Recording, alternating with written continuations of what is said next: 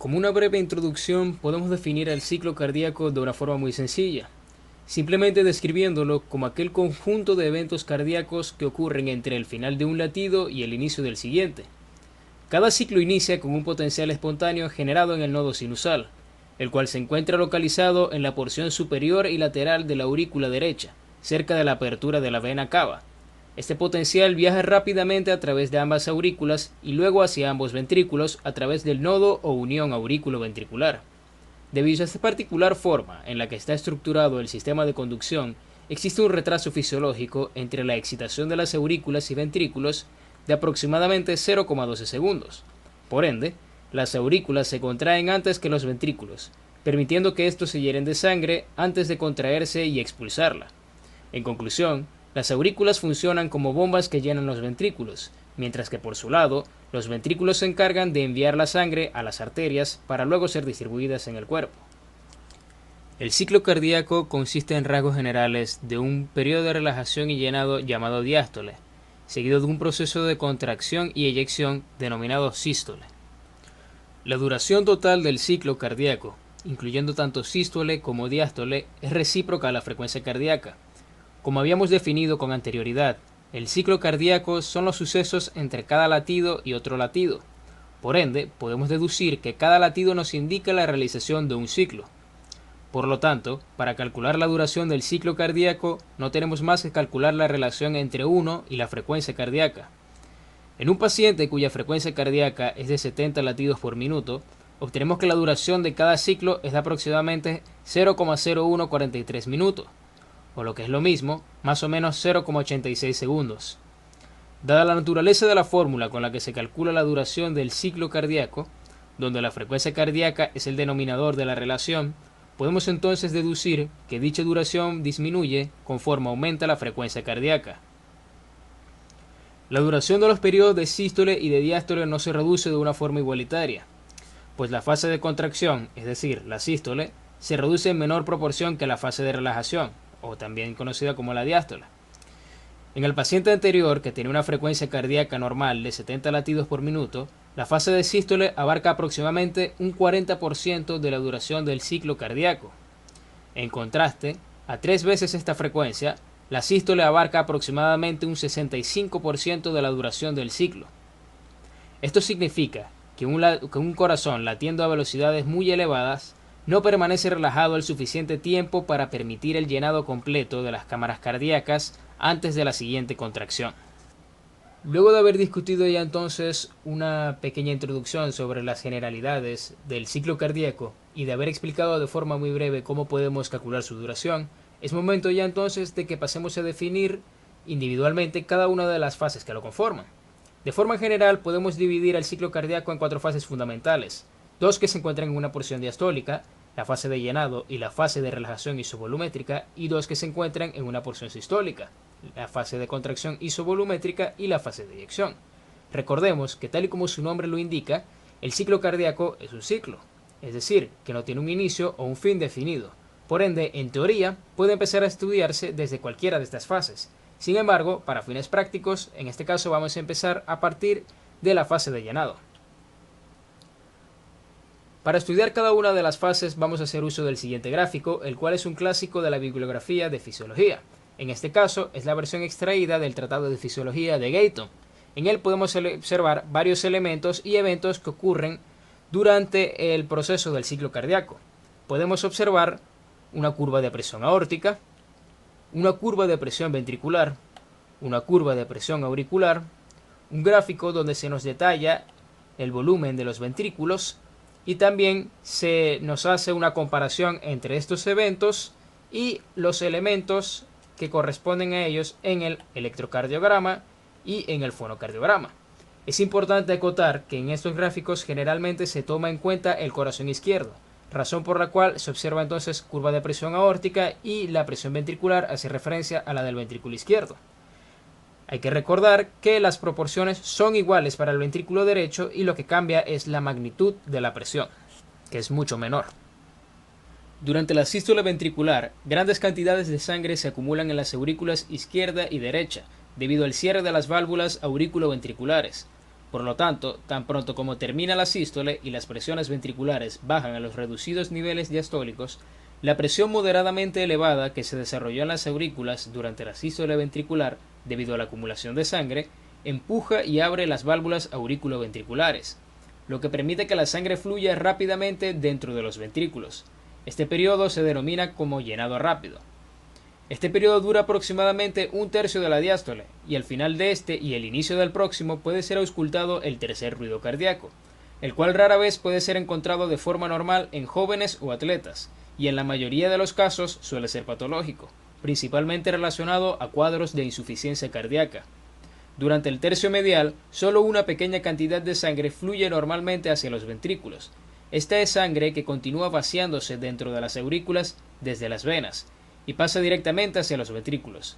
Esta fase es conocida como diástasis, y en conjunto con el llenado rápido conforman el llenado pasivo de los ventrículos, que contribuye un 80% de la sangre depositada durante el llenado. Durante el último tercio de la diástole, las aurículas se contraen dando un impulso adicional a la entrada de sangre a los ventrículos. Este mecanismo, llamado sístole auricular, contribuye aproximadamente a un 20% del llenado de los ventrículos durante el ciclo cardíaco, y conforma el denominado llenado activo de los ventrículos. Otros detalles que podemos encontrar en la fase de llenado es la aparición de la onda P en el electrocardiograma, producto de la despolarización eléctrica de las aurículas y que precede la sístole auricular. Adicionalmente, también podemos observar la onda A de cambio de presión auricular, y es un aumento de presión que ocurre como consecuencia de la sístole auricular. Aproximadamente 0,16 segundos tras el inicio de la onda P, pueden ser evidenciadas las ondas del complejo QRS, que aparecen como resultado de la despolarización eléctrica de los ventrículos, lo cual inicia la contracción ventricular. Inmediatamente después del inicio de esta contracción, la presión ventricular aumenta bruscamente, causando el cierre de las válvulas auriculoventriculares. Este cierre se ve evidenciado en la auscultación, pues produce el primer ruido cardíaco. Otro detalle observable es la aparición de la onda C de presión auricular, como consecuencia del inicio de la contracción ventricular, y es causada parcialmente por un leve flujo retrógrado hacia las aurículas, pero principalmente por la protrusión de las válvulas aurículo-ventriculares hacia dentro de las aurículas debido al aumento de la presión ventricular. Tras esto, se requieren unos 0,02 a 0,03 segundos para que el ventrículo acumule suficiente presión para empujar las válvulas semilunares, aórtica y pulmonar, y poder abrirlas, contra las presiones de la aorta y la arteria pulmonar. Por lo tanto, durante este periodo ocurre contracción de los ventrículos, pero no vaciamiento, razón por la que recibe el nombre de contracción isovolumétrica, significando que la tensión del músculo cardíaco aumenta sin que haya acortamiento de las fibras musculares. Una vez que la presión del ventrículo izquierdo supera los 80 milímetros de mercurio, y 8 milímetros de mercurio en el caso del ventrículo derecho, las presiones ventriculares empujan y abren las válvulas semilunares.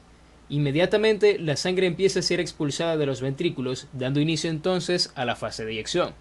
Aproximadamente el 60% de la sangre que había en los ventrículos al final de la diástole es eyectada durante la sístole.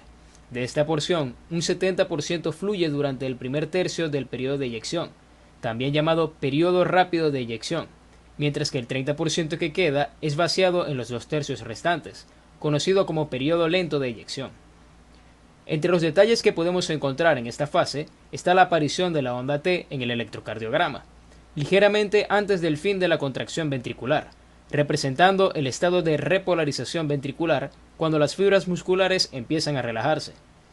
También podemos observar la onda V de presión auricular, y es un aumento progresivo de presión como consecuencia del flujo sanguíneo proveniente de las venas que va llenando las aurículas, mientras las válvulas aurículo-ventriculares están cerradas durante la contracción ventricular. Una vez iniciada la fase de llenado del ciclo siguiente, la sangre acumulada es vaciada en los ventrículos y la onda desaparece. Al finalizar la sístole, la relajación ventricular inicia repentinamente, permitiendo que tanto la presión intraventricular izquierda y derecha disminuyan rápidamente. La elevada presión de las ahora distendidas grandes arterias que han sido llenadas con sangre como consecuencia de la contracción ventricular causa inmediatamente un flujo retrógrado hacia los ventrículos, lo que produce el cierre rápido de las válvulas semilunares. Este acontecimiento puede ser evidenciado en la auscultación, produciendo el segundo ruido cardíaco.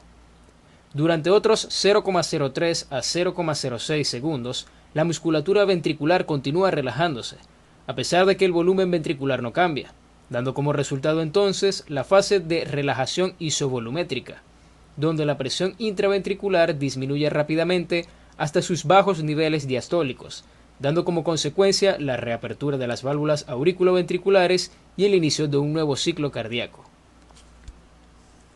Antes de culminar, es importante definir algunos conceptos importantes. En primer lugar, tenemos el volumen telediastólico, que no es más que la cantidad de sangre que llena los ventrículos al final de la diástole, es decir, luego de todo el proceso de llenado. En los adultos oscila generalmente entre 120 y 140 mililitros. Luego también tenemos el volumen telesistólico, que es el volumen de sangre que resta en los ventrículos una vez finalizado el proceso de contracción o sístole, y oscila entre 40 y 50 mililitros. Además de esto, tenemos el volumen de eyección, que es el volumen de sangre que es expulsada desde el corazón hacia las arterias durante el periodo de contracción. Normalmente oscila entre 60 y 80 mililitros. Para calcularlo, simplemente tenemos que restarle el volumen telesistólico al volumen telediastólico. Todos estos volúmenes que habíamos mencionado con anterioridad nos sirven para calcular un elemento de bastante importancia, la denominada fracción de eyección, que es el porcentaje de sangre expulsado desde el ventrículo en cada latido. Típicamente lo medimos del lado izquierdo, ya que es la cavidad de bombeo principal. En este caso es conocido como fracción de eyección del ventrículo izquierdo. Es un porcentaje y para calcularlo simplemente le restamos el volumen telesistólico al volumen telediastólico y ese resultado lo dividimos entre el volumen telediastólico y lo multiplicamos por 100. O lo que es lo mismo y mucho más simple, el volumen de eyección dividido entre el volumen telediastólico y multiplicado por 100. La fracción de eyección es un elemento de gran utilidad para poder medir la severidad de algunas enfermedades, como por ejemplo la insuficiencia cardíaca, y calcular el factor de riesgo en pacientes luego de un infarto agudo al miocardio. Con esto termina este breve repaso sobre el ciclo cardíaco. Espero que haya sido de utilidad para todos.